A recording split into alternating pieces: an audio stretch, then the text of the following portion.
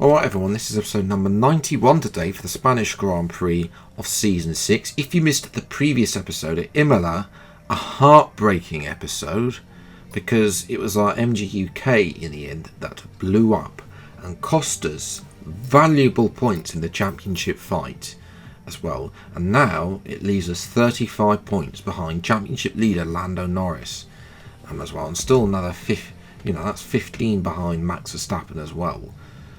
Now, coincidentally, the durability department has stated their opinion on whether they should take racing development yet. They brought up some good points, but it goes against your recent on-track feedback. Well, considering the fact that they failed, I'm going to suggest as well, flat line. Yep, R&D, that's the usual R&D there of a flat line. Where will we see any upgrades this season? I don't think I've ever had a driver career mode season where we've gone the whole season without any team upgrading. Well, we'll have to wait and see about that. To qualify now, back to Spain, of course, because this is the last opportunity we've got to drive that horrible little chicane before it changes. Apparently on F123, I say apparently. First lap, 11th place. I'm expecting a bit more considering the fact my time trial time is actually apparently in the top 15%, which I don't get how I've managed to get it that high up. I really don't, to be honest. But anyway, first sector, so not that great, but we are now 10th up in the middle sector, this lazy corner here. Watch out for those sausage curves because they were redone last year. As well as part of the revamp. Can go a bit wider there on those one with the serrated edge. Just be careful not to go too wide, otherwise, well, either invalidated. That one's horrible. Don't want to go wide there, otherwise you just lose all grip known to man. We are lost some time through that slight corner, but we are going to gain it slightly back through this. Then the final bit of time we're coming through this chicane in the qualifying session on an F1 game provisionally. It's not been a great final corner up to the line, and it's P10, so it's a top 10. We can work with that as well. We'll finally put Tixon back in his box as he's down in P14. And the Red Bulls are on 1-2, so there's a chance to outscore Norris here, so we'll see what we can do. Time for the race. The Spanish Grand Prix has been a permanent fixture of the Formula One calendar for over 30 years now, and for good reason. Do you remember Michael Schumacher's absolute dominance here in that rain-soaked Grand Prix in 1996? That day, he took his first ever victory for Ferrari, and we've had many more iconic moments since. The Circuit de Barcelona Catalunya then, a high-speed 2.89-mile circuit which demands an efficient downforce package and bravery on the part of the driver, especially through the blind right of turn 9, which we might just see taken flat out this weekend. Let's run you through the driver grid order for today's exciting race. Charles Leclerc lines up on pole position, and Lando Norris lines up alongside. Looking at the rest of today's grid, we have Oscar Piastri, Sainz, Yuki Tsunoda, and Vettel, Gasly, Hamilton, Phoenix, and Alex Albon, Verstappen, Magnussen, Daniel Ticktum, and Schwartzman, Joe, Mick Schumacher, George Russell, and Lance Stroll. Latifi and Esteban Ocon lines up at the back of the grid. It's almost time for the lights to go out, so let's head down to the track where preparations are underway. Natalie Pinkham joins me once again in the commentary box. It's fantastic to have you with us today. I'm curious though, how do you think the drivers stop those pre-race nerves from becoming overwhelming when you're lining up on the grid? Well, I imagine they'll be starting to feel the adrenaline as they anticipate the rundown into turn 1, a bit like preparing to go into battle. The unknown situation will bring nerves, but that's a good thing. It'll keep them focused on the moment and on their surroundings as we build towards the start of the Grand Prix.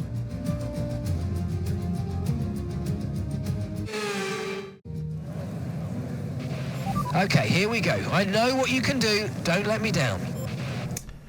I know what I can do, and I know what I'm going to do, and that's start on the medium compound tyres. Even though we're in the top 10, I feel that this strategy, just like in Season 5, could be crucial in using this strategy throughout this season. It may be slower at times, but I think as long as the delta's near or thereabout within a tenth, like it is there, we should be good. And I think it's going to come wonders in the second half of the Grand Prix when we may not have the outright pace. We'll have a tyre advantage. So 5 red lights then for the Spanish Grand Prix in season 6, and away we go. It's initially a good start, hence Lewis Hamilton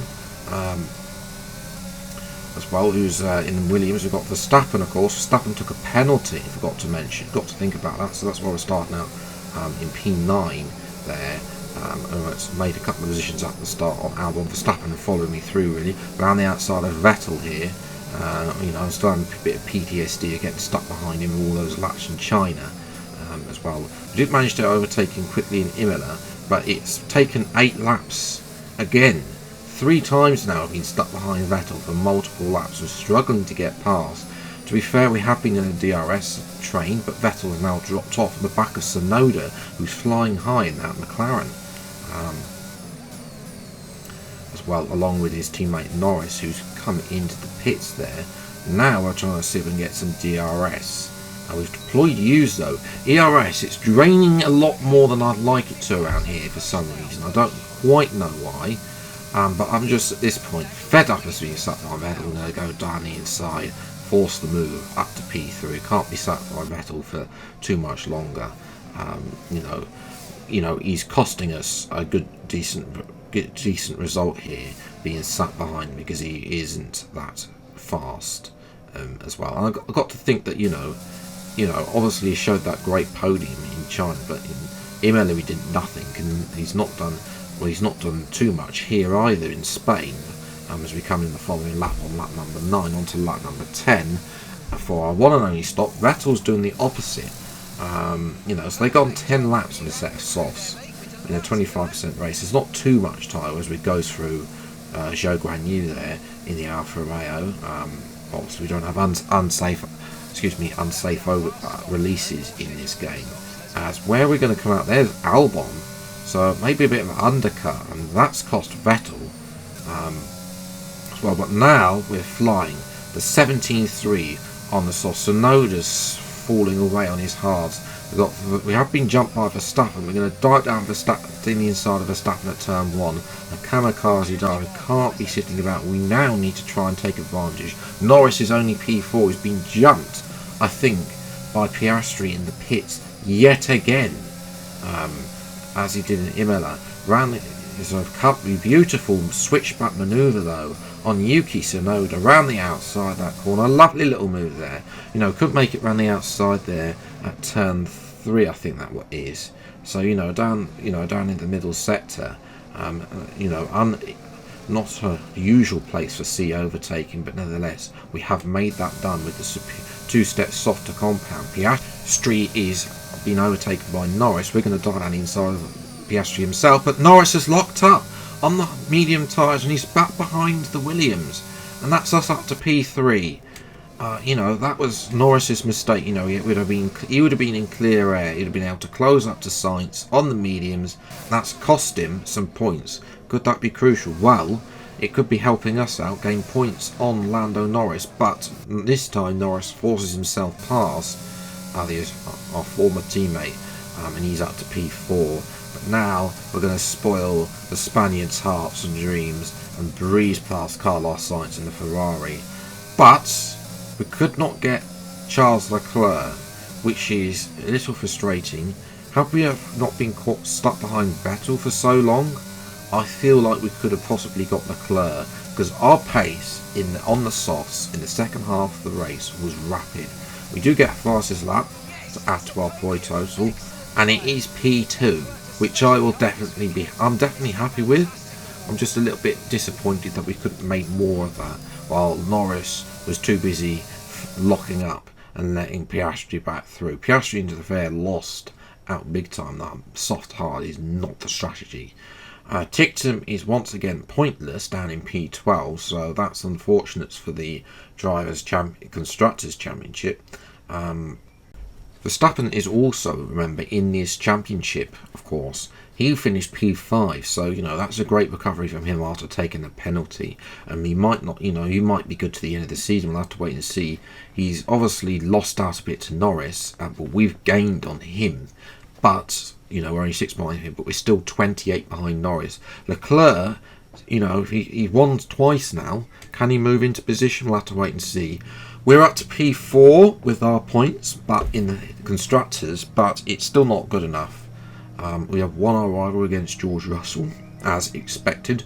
32 to 16. I got a bit more because of what happened in Imola. But that's a good way to bounce back with a podium, fastest lap as well. If we had got, I think we would have been there or there. If we managed to get a podium at Imola, which I think we could have done with the pace we had, then I think we possibly could have been very close to Norris potentially. We'll have to wait. That's hindsight is a wonderful thing. Next episode, which is Baku, that episode will be out later in the week as well, and also Canada will be out at some point too. So yes, those 2 episodes, we're hoping to gain some decent points over Norris as well.